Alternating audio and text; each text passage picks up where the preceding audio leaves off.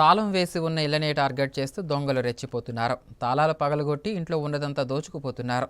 దీంతో ఇంటికి తాళం వేసి వెళ్లాలంటేనే బెంబేలెత్తిపోతున్నారు.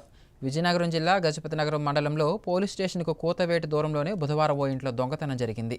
ఈ సంఘటనకు సంబంధించి వివరాలు ఇలా ఉన్నాయి. విజయనగరం జిల్లా గజపతినగరం మండల కేంద్రంలో పోలీస్ స్టేషన్ ఎదురుగా ఉన్న రోడ్డులో పొందూరు రాము అనే వ్యక్తి కుటుంబంతో సహా నివసిస్తున్నాడు.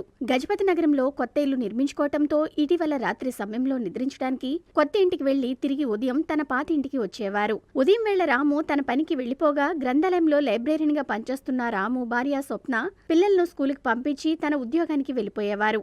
ఎప్పటి మాదిరిగానే బుధవారం రాత్రి నిద్రించడానికి వారంతా కొత్త ఇంటికి చేరుకున్నారు. గురువారం ఉదయం వచ్చి చూడగా ఇంట్లో సామాన్లు చింద్రవందరగా పడి ఉండటం చూసి గజపతినగరం పోలీసులకు సమాచారం ఇచ్చారు. సుమారు 8 తులాల బంగారం, 5 తులాల వెండి, 20,000 నగదు పోయినట్లు పోలీసులకు ఫిర్యాదు చేశారు.